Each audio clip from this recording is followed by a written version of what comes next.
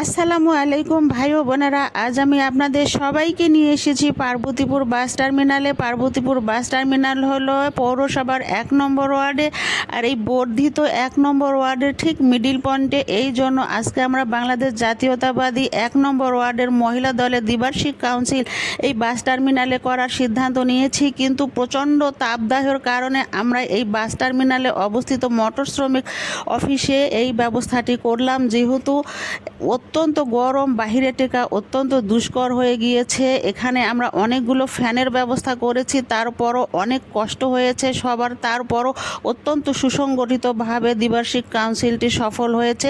আর এ সময়ে আমাদের প্রতিদিনই যোগদান করেন ভার্চুয়ালি পার্বতীপুর উপজেলার কৃতি সন্তান, বিশিষ্ট শিল্পপতি, বিশিষ্ট সমাজসেবী, সাহসী ও লড়াকু উপজেলা বিএনপির সম্মানিত সভাপতি, সাবেক সাংসদ AZM রেজওয়ানুল হক ভাই।